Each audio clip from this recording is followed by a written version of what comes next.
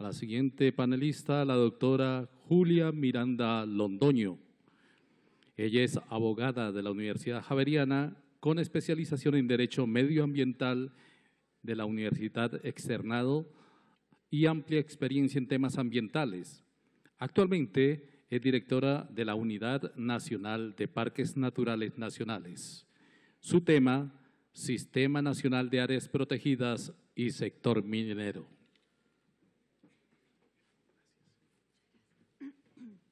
A ver si yo sí miro allá.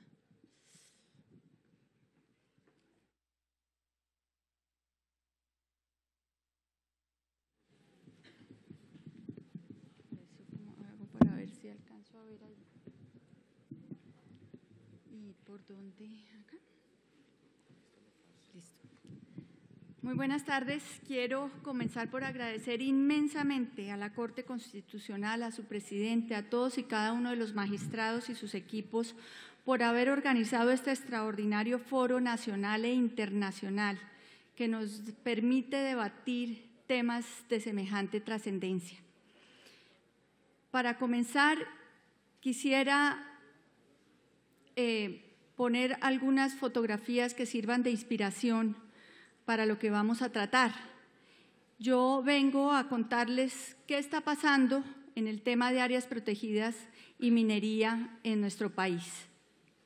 Cómo estamos pudiendo manejar el tema, qué dificultades tenemos y qué retos tan grandes se nos presentan.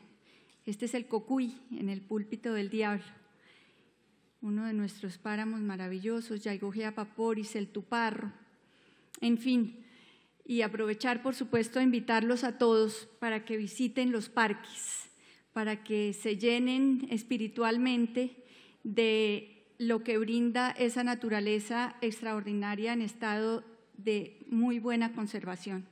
Y es que las áreas protegidas son necesarias e indispensables para un desarrollo, para el desarrollo de los países y para el bienestar de sus ciudadanos, y no se pueden tomar en ningún caso como un obstáculo para ese desarrollo, porque las áreas protegidas nos brindan seguridad alimentaria, nos brindan el agua que requerimos y la adaptación al cambio climático, entre otros importantísimos servicios que prestan. En cuanto al agua, miremos algunos datos.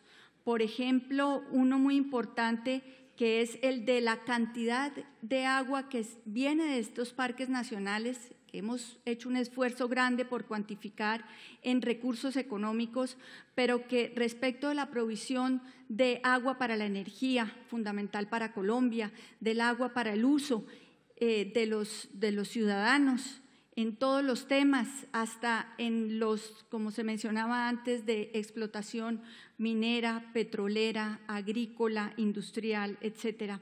Tanto es así que tenemos un cálculo de que se le aporta al Producto Interno Bruto de nuestro país 4.4 billones al año por cuenta de este importantísimo servicio ambiental. También, por supuesto, en el tema de seguridad alimentaria. ¿Qué sería de la industria pesquera si no hubiese salacunas de peces en las áreas que están protegidas? Y, por supuesto, el germoplasma o los bancos de semillas, que significan la oferta de seguridad alimentaria para todas las comunidades locales que dependen de estas áreas, si ellas están en buen estado de conservación, porque es que ese es el requisito. También, por supuesto, para enfrentar los principales efectos del cambio climático. Solo si estos ecosistemas se encuentran bien conservados, podrán realmente aportar a subsumir el carbono necesario, a evitar la degradación de los suelos, a evitar la erosión costera, a proveer el agua que se está modificando, reduciendo en la mayoría de los casos, si no están estos ecosistemas bien conservados, esa agua no se libera, no se produce. Nosotros hemos hecho unos cálculos de que en épocas de sequía grave, las áreas protegidas que están bien conservadas, y aquí voy a seguir insistiendo, solo si están bien conservadas, aportan un 30% adicional al agua que ya se producía en ellas y que en un momento de escasez es indispensable y fundamental. Parques Nacionales Naturales de Colombia tiene que cumplir una función para lograr que esos servicios ecosistémicos se presten, para lograr la conservación efectiva de esas áreas, pero no solamente en la administración del sistema de parques nacionales, hoy 58 parques que conforman el sistema, sino también de ejercer una coordinación con las entidades, las corporaciones autónomas regionales que tienen a su cargo las otras áreas protegidas, las reservas de la sociedad civil, que son esa iniciativa particular de conservación que le aporta a nuestras cifras de conservación de la biodiversidad. Porque es que las áreas protegidas, y así se ha dicho desde el Convenio de Diversidad Biológica, y encontramos razones suficientes para ello, son la principal estrategia de conservación de la biodiversidad, porque un área protegida tiene unas características específicas, una gestión sobre el territorio que lo que busca principalmente es la preservación efectiva de esa biodiversidad, de esos ecosistemas. Entonces, para que un área sea protegida, o podamos decir que hay un área protegida, en nuestra legislación establecimos que esas áreas tienen que tener un límite geográfico, tienen que estar designadas, administradas y reguladas, y designadas además según las categorías de ley que existen en Colombia y que tomamos como ejemplo las de la UICN, y que cumpla con unos objetivos de conservación de biodiversidad concretos. Por eso se consideran estas áreas protegidas con gestión, con además una gestión con los actores sociales que están a los lados o incluso dentro de las áreas protegidas para lograr la conservación efectiva de esa biodiversidad. Esas estrategias e instrumentos de gestión que se han ido desarrollando y que las hemos aprendido en muy buena medida de lo que los países que van más adelantados en el tema, lo que nos marca el Convenio de Diversidad Biológica, lo que nos ha indicado los expertos de la UICN, la Unión Internacional para la Conservación de la Naturaleza, nos llevan a lograr trabajar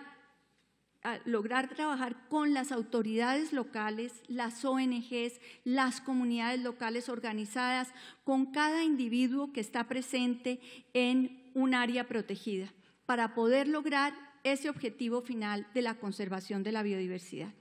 Tenemos un respaldo importantísimo normativo en Colombia, que lo hemos ido construyendo a través de los años, de eso se ha hablado acá. Nuestra Constitución nos brinda una herramienta importantísima, unos artículos que ya se quisieran muchos países del mundo y que nos permiten que además, gracias al desarrollo jurisprudencial que han tenido ellos, lograr unas herramientas de defensa y de preservación de estas áreas. Tenemos los convenios internacionales, las leyes, los decretos y los documentos de política. Y me quiero detener brevemente en los decretos específicamente relacionados con las áreas protegidas, el 622 del 77, que reglamentó el Código de Recursos Naturales sobre el tema, el 2372, en el cual logramos desarrollar las categorías vigentes en la ley, y ese documento de política que logramos sacar en el año 2010, que dan los lineamientos para la consolidación del Sistema Nacional de Áreas Protegidas. Estas categorías que ustedes pueden ver acá, que nos están ya reguladas y desarrolladas en el país, nos permite presentar al país, a los sectores, al gobierno nacional y también informar al Convenio de Diversidad Biológica que Colombia está en un serio proceso de cumplimiento de la norma vigente y de lo que exige el convenio internacional para cumplir con las metas de conservación de biodiversidad. En este momento, más de 600 áreas protegidas están en ese registro único nacional de áreas protegidas y un poco más de 17 millones de hectáreas protegidas con categorías de conservación en el país. Y ese Registro Único Nacional de Áreas Protegidas que se creó en el 2010 nos permite trabajar con los sectores, porque nos permite realmente que las áreas protegidas bajo una categoría reglamentada, con una seriedad en su declaración, sean un referente en el ordenamiento territorial. Así deben serlo, ojalá, es decir, es el deber ser. No lo hemos logrado totalmente, pero tenemos las herramientas para lograrlo, porque están allí identificada la categoría, georreferenciada en el mapa, establecido el ecosistema que está protegiendo y los valores objeto de conservación, de tal manera que los otros sectores pueden trabajar para que armónicamente logremos un desarrollo en nuestro país, porque hay que realmente explotar los recursos naturales, ni más faltaba que todos sean áreas protegidas, pero que sepamos claramente en dónde hay que conservar, porque si no conservamos esos sitios específicamente, no tendremos esos servicios ambientales de los que acabo de hablar, ni podremos lograr ese bienestar y ese beneficio para la comunidad, para la gente y ese desarrollo para el país. También tenemos la oportunidad de ver en esos ecosistemas dónde están las áreas protegidas y recibir beneficios de los otros sectores, recursos económicos claros para poder lograr la conservación. Muy importante el marco normativo exclusivo en el tema de minería en áreas protegidas, y tenemos esas normas constitucionales que nos dicen que es deber del Estado preservar esos ecosistemas estratégicos, que además los parques naturales son inalienables, imprescriptibles e inembargables, atributos que ha desarrollado ampliamente la Corte Constitucional con sentencias fundamentales que nos han servido de manera estratégica y contundente para poder defender, y además que le dice al ciudadano del común que no es solo tarea del Estado cuidar las áreas protegidas, sino que es tarea de todos. Tenemos leyes que se han ido desarrollando, disposiciones legales, sobre todo estos temas finales del Código de Minas que establece las áreas excluidas de la minería, el Plan Nacional de Desarrollo que establece que no se puede hacer minería ni en páramos, ni en humedales, ni en reservas forestales protectoras, de manera que tenemos unas herramientas jurídicas y jurisprudenciales importantes para desarrollar y ordenar nuestro territorio y actuar en concordancia para que se puedan lograr los fines últimos, que son el de la preservación de nuestra riqueza natural, pero al mismo tiempo el desarrollo y el aprovechamiento de los recursos naturales. Quiero mencionar entre algunas muchas sentencias maravillosas que nos sirven todos los días, estas sentencias que están aquí mencionadas, en la cual nos prohíbe la sustracción de las áreas del sistema de parques. Eso nos dio una claridad total sobre que las áreas protegidas en Colombia, los parques naturales regionales y nacionales, son declarados a perpetuidad. Eso no ocurre en muchos países del mundo. Aquí no ocurre que en esos parques naturales se pueda, si hay un interés específico minero, petrolero, de infraestructura, se pueda borrar la figura del área protegida, gracias al alcance que le dio esta sentencia C649 de 1997. También la sentencia 598 del 2010, que establece las mismas prerrogativas. Esto no estaba así de claro antes, que los parques naturales regionales tienen las mismas características, el mismo blindaje constitucional que los parques nacionales. Y esta sentencia, la C339 del 2002, que da esta exequibilidad condicional al artículo 34 del Código de Minas, y que, ¿no pasó? Sí pasó. Que es fundamental porque establece que ese deber de colaboración entre el Ministerio de Minas y el Ministerio de Ambiente es muy importante, pero que el concepto del Ministerio de Ambiente no condiciona el ejercicio de la autoridad ambiental, es decir, que no tiene que haber necesariamente un acuerdo sobre si se declara o no declara un área protegida. El deber de la autoridad ambiental es, después de realizado el diálogo con el otro sector, con el otro ministerio, si hay un mérito suficiente para declarar un área protegida, debe hacerlo. Y la aplicación del principio de precaución, que también se resalta en esta sentencia y que ya el doctor Uprimi lo mencionó ampliamente, que es de importancia estratégica porque habla de que no solamente es para la explotación, sino también para la exploración, a pesar de que hoy no tengamos un instrumento jurídico contundente para poder saber si en la exploración hay daños, puesto que no está regulada la información, no hay permiso ambiental que se requiera para hacer la exploración. Es un reto de los que tenemos por delante. En cuanto a las áreas de reserva temporal de los recursos naturales, esto fue realmente significativo en nuestro país. El decreto 1374 del 27 de junio del 2013 le ordena al Ministerio de Ambiente identificar las áreas de reservas de recursos naturales. Tuvimos la oportunidad de sentarnos los dos ministerios, el Ministerio de Minas y el Ministerio de Ambiente, y decidir qué áreas debían dejarse sin explotación minera. Es una reserva temporal que estableció unas zonas amplias del territorio nacional, pero que tiene una debilidad, que es precisamente su temporalidad, porque como hablábamos hace un rato también, va mucho más lento el proceso de declaratoria de áreas protegidas que esos plazos cortos que se acordaron. Miren ustedes, la resolución 761 del 2013 adoptó la cartografía oficial de 10 millones de hectáreas y una resolución posterior estableció la prórroga del término de duración de esas áreas y la redujo. Ahí la redujo, ¿por qué? Porque se amplió el Parque Nacional Natural Chiribiquete, se declaró el Parque Nacional Natural Acandí, pero realmente se acotaron áreas en donde ya el área que queda reservada son estas 4.500.000 y pico de hectáreas. Tengo que hablarles de lo que mencionaba el doctor Uprimi, los títulos mineros otorgados en las áreas protegidas. Tenemos ahí un número no despreciable, de un total de 709 títulos otorgados en áreas protegidas. ¿Cómo podemos manejar la conservación de la biodiversidad? Así haya áreas en las cuales se permiten las actividades productivas con actividades mineras de alto impacto. Está el número allí, ustedes lo pueden ver, de cuántos títulos hay en los distritos de manejo integrado, en las reservas forestales protectoras. En estas tres últimas, reservas forestales protectoras, parques regionales naturales y parques nacionales naturales, son zonas excluidas de la minería y sin embargo hay 255 títulos otorgados en esas áreas que son claramente excluidas de la minería y de las cuales además la autoridad minera tiene información. Ay, aquí la embarré, ¿no? Quería mostrarles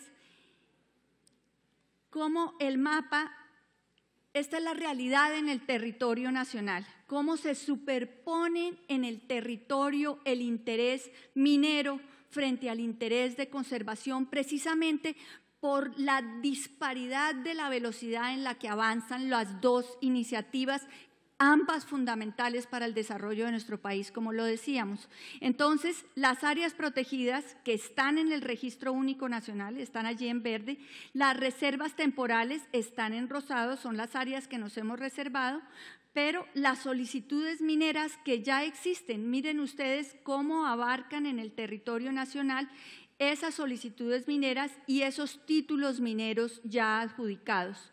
Y las áreas estratégicas de la minería superpuestas con una gran cantidad de títulos mineros ya adjudicados y de un interés inmenso. Acá, porque quiero mostrarles el cuadrito de las áreas que tenemos aquí, áreas protegidas en donde el número de títulos y de solicitudes al 2013 es de 119. Vean ustedes cómo creció el número de títulos otorgados, a pesar de que ya se conocía por parte de la autoridad minera esas zonas que iban a ser declaradas. Aquí ustedes ven dos polígonos muy importantes. La Serranía de San Lucas, que es un área priorizada en todos los ejercicios de reconocimiento de valor de riqueza natural, y el Distrito de Manejo Integrado de Yariguíes. Esos títulos mineros que ya están adjudicados allí dificultan enormemente el trabajo que debe hacerse para identificar un polígono que nos sirva para conservar la extraordinaria biodiversidad que hay allá. Estamos trabajando en este momento en campo, estamos trabajando con la población local que encuentra que la mayoría, el 90% de sus fuentes hídricas está ya contaminada por mercurio, que el nivel de actividad de minería ilegal es inmensa, si bien también hay actividad minera legal amparada por títulos mineros, y cómo el proceso de declaratoria del área protegida va a un nivel supremamente o a una velocidad supremamente lenta respecto de la velocidad en la que crece la adjudicación de esos títulos mineros y el ejercicio mismo de la actividad minera en el territorio, que cuando lleguemos a declarar el área protegida, a manejarla de manera eficaz, a manejarla de manera que podamos preservar la biodiversidad, no estamos muy seguros de qué vaya a quedar. Sin embargo, el ejercicio lo estamos haciendo y una actividad de restauración sea lo que probablemente nos toque abordar. Estos son títulos mineros con licencia ambiental en la zona de influencia del Parque Nacional Pisba, en el páramo de Pisba. Un parque nacional, un páramo que tiene una extraordinaria riqueza en agua, pero que, como ustedes ven, bordean los títulos mineros que están haciendo excavaciones y están haciendo explotación en la zona amortiguadora, de donde nosotros ya podemos hacer evidente que hay un deterioro enorme en la calidad del agua por el drenaje de esos ácidos de las minas. Entonces estamos cuidando el páramo arriba, pero estamos rodeados de explotación minera que contamina el agua que está saliendo de ese páramo y que realmente nos deja con una calidad de agua en grave estado de contaminación para el aprovechamiento que se requiere. Miren ustedes algunas de las fotografías. Esto es minería legal, con títulos, pero ¿en dónde? La pregunta es, ¿podremos hacer de todo en todas partes o debemos ordenar el territorio y darle una función amortiguadora verdaderamente a las áreas que están colindantes con un parque nacional que está generando el servicio fundamental de la producción de agua? Porque aquí estamos pues perdiendo el esfuerzo si el agua que produce este parque se ve contaminada inmediatamente en el borde. Aquí tenemos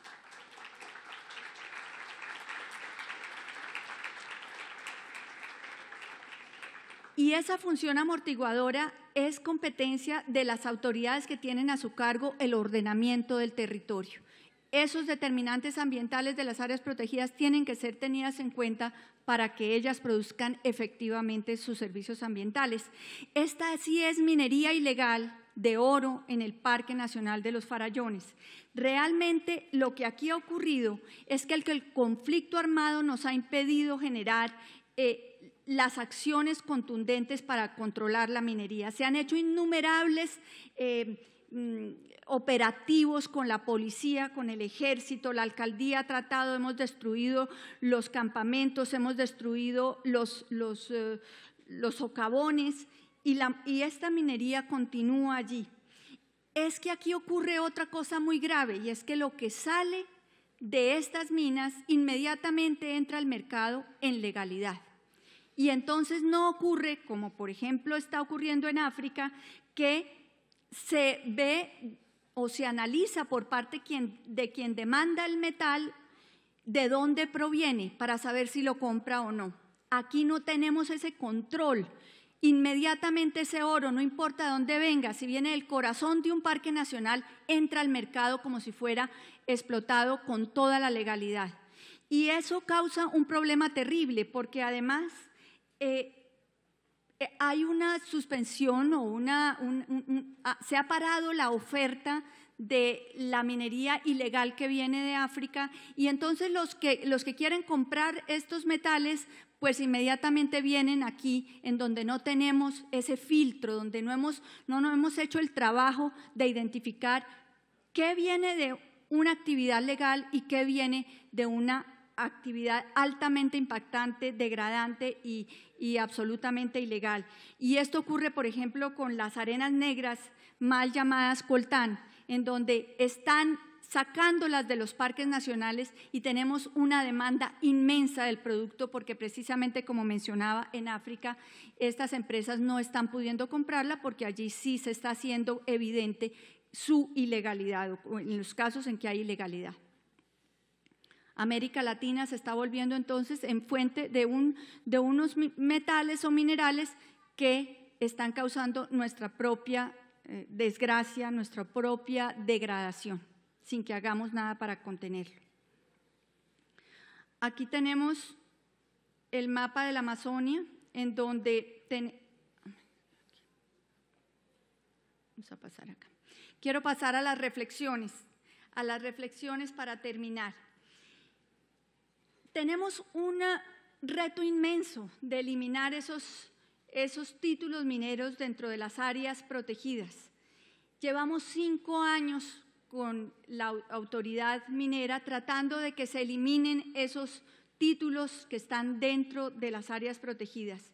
Si eso es para las áreas que son francamente excluidas de la minería, ¿qué pasa con las otras áreas? ¿Estamos realmente obteniendo una respuesta de la autoridad para poder hacer claro el ejercicio del Estado de regulación de la actividad? Todavía nos falta mucho por hacer. ¿Cuál es la forma de licenciar los títulos en zonas aledañas a las áreas excluidas de la minería? ¿Cómo podemos de verdad regular la actividad en zonas altamente vulnerables, si bien la actividad es permitida, o otras actividades productivas que se pueden realizar, porque el impacto que se hace con la actividad minera o incluso la actividad petrolera es de ese tamaño? Realmente tenemos que fortalecer lo que decía el doctor Uprimi, al final es la realidad. Tenemos que poder fortalecer las capacidades técnicas y de evaluación y seguimiento de las autoridades ambientales regionales y de las nacionales también, porque si no, realmente vamos a necesitar el tiempo que sea necesario para sacar los estudios adecuados y contundentes. Y no podremos hacer nada express, sino tendremos que tomarnos el tiempo que se requiera para no perjudicar lo que estamos tratando de proteger.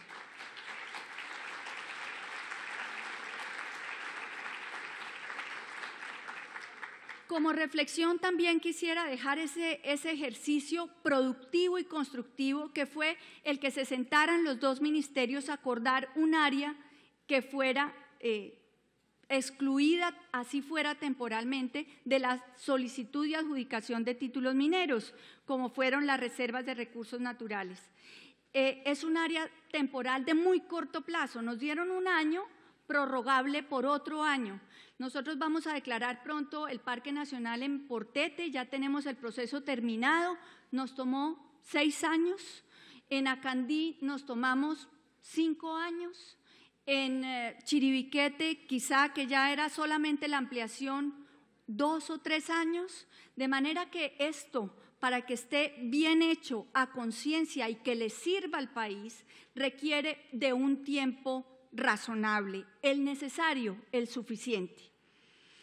Tenemos que también fortalecer el compromiso institucional para controlar y solucionar los conflictos sectoriales en las áreas protegidas. Tenemos que aumentar esa conciencia de los otros sectores sobre el valor que tienen estas áreas protegidas si están bien conservadas, que ellos tengan en cuenta esos valores al momento de tomar las decisiones, que no tengamos que estarles recordando todo el tiempo por qué estas áreas protegidas son fundamentales para la vida, para el desarrollo también, que esos valores sean interiorizados en todas las escalas del Estado y en todas las empresas grandes, pequeñas y medianas que van a intervenir el territorio, para que lo tengan en cuenta, para que actúen de conformidad, no solamente en sus ejercicios de mitigación, de compensación, sino para que decidan si se hace o no se hace y en dónde se hace, con qué intensidad se realizan en el territorio esas actividades. Y también aumentar la coordinación entre entidades del Estado para poder controlar y regular esas actividades ilegales. Esta mañana se decía también, no es labor solo del Ministerio de Ambiente lograr controlar estas actividades. cuando hay adentro una actividad impactante. Necesitamos de todas las instituciones del Estado, necesitamos de la Presidencia de la República, de los ministerios, de la fuerza pública, de la Fiscalía, de los entes de control y, por supuesto, de jueces y magistrados que nos ayuden a lograr hacer contundente y eficaz el cumplimiento de la ley. Armonizar el desarrollo sectorial y el ordenamiento territorial es fundamental. Eso lo repetimos siempre, no somos verdes por verdes. No es que no queramos que se desarrolle el país. Tenemos que decidir dónde hay actividades productivas y dónde es absolutamente indispensable conservar, porque de lo contrario perderemos esos valores y esos servicios incalculables que nos prestan estos ecosistemas si están en buen estado de conservación. Tenemos que fortalecer la información geográfica del Sistema Nacional de Áreas Protegidas para poder lograr demostrar y hacer palpables cuáles son esas prioridades de conservación y acelerar los procesos de declaratoria de las áreas. Y, por supuesto, los protocolos de regulación, guías ambientales, buenas prácticas, para que podamos lograr que donde se desarrolle la actividad se desarrolle de la mejor manera posible. Y además, esos recursos que producen los otros sectores los podamos canalizar en mejorar el estado de conservación de esas áreas. Y es cuando venimos insistiendo que ese 1% de la responsabilidad, el 1% de las inversiones por el uso de agua, las de responsabilidad social y ambiental de las empresas, todo eso canalicémoslo juntos a lograr el propósito común que debe ser el del Estado colombiano de preservar su riqueza natural, porque de ella dependen los servicios ambientales que necesitamos los colombianos para vivir sanamente y también para desarrollarnos. Muchas gracias.